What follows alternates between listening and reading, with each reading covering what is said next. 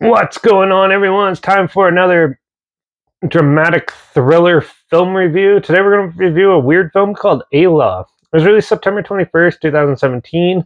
It's directed by Elias, who did films like Gut, uh, The Loud House movie, The Last Mercenary, and Emperor. And it's available on Tubi, so you can watch it for free on there. I'll link that down below. But anyways, Ayla. Well, so this is an odd story of basically a family dealing with grief. They lost their um, daughter.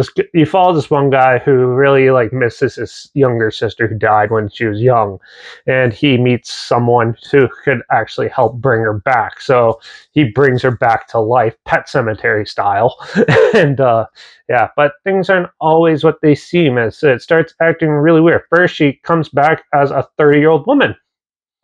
No idea how that happens, but yeah. And so, yeah, but then she starts acting really weird and out of place, and the whole family finds it really odd that he did this, and they're trying to hide it. And it's more about dealing with grief and trying to deal with the not just the grief and sorrow, but with the weird antics this girl gets to bring it back, and the weird emotions her brother has with her. Um, yeah, this film is very odd and dark mentally, and is very unnerving in a way. Um, so overall, this film is very beautifully shot. The cinematography is really good. The acting's pretty good too, and yeah, and even the music kind of blends in and does a good job. But the story and characters are so bland and confusing and just does not work well together. It kind of falls apart, in my opinion. And I wasn't really a huge fan of that. I thought this was going to be an interesting, Pet Cemetery style movie, but no, I was completely wrong on that. This one is so slow and boring.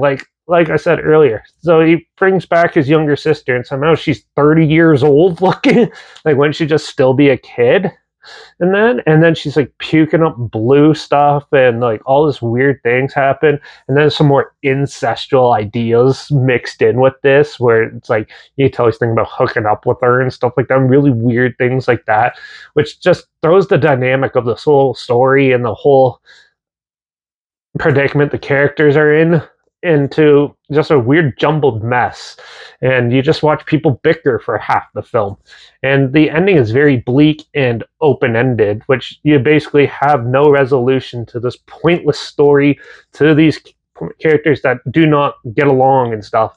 And overall, it's just a dull, opaque type of film, and it does not propel or intrigue, at least me, at all in the slightest. So I was pretty bored with this, and I kind of was pretty disappointed watching it, because it had some good cinematography, and acting was pretty good, and it looked like they actually tried to do some care with it. But overall, the story is just not there. And yeah, I think that's going to be the one thing that hurts this film, is the story and the bleakness of the characters, where if they spent more time trying to craft it and make it more humbling and more intriguing, then it could be it. Because you can make a good thriller without special effects and things like that. It's just this one, they kind of seemed mismatched and didn't really know what they're doing. So yeah, I'm gonna give Ayla a 1.5 out of 5. It's not that great of a film, and overall, I just thought it was boring. So it's just the worst thing a film can be. But if you want to check it out, like I said, it is on Tubi, so I'll link it down below so you can watch it for free down there.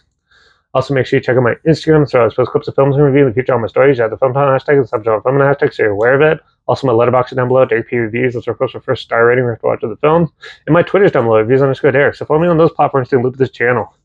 Like this video, share it to more people aware of it. Comment your opinions of the film down below if you have any. And if you have any films or film franchise in any genre and on any streaming service that would hear my opinions on the future, comment those down below. I'll try my best to get to them as soon as I can, and if I can find them. And make sure you subscribe. We'll find something weird, obscure, and odd they probably never thought of checking out together, and also share my opinions on popular film stuff, come out, classic films, and reviews on other things as well. And don't forget to ring that bell, because, well, We're going to continue on with Terminator 3 Rise of the Machines in the next review. We're going to go back to the Terminator franchise and talk about the next one. So make sure you tune in for that. Watch out for all those weird ancestral people bringing back their dead loved ones. And I guess I'll see you all in the next one. So until then, cheers.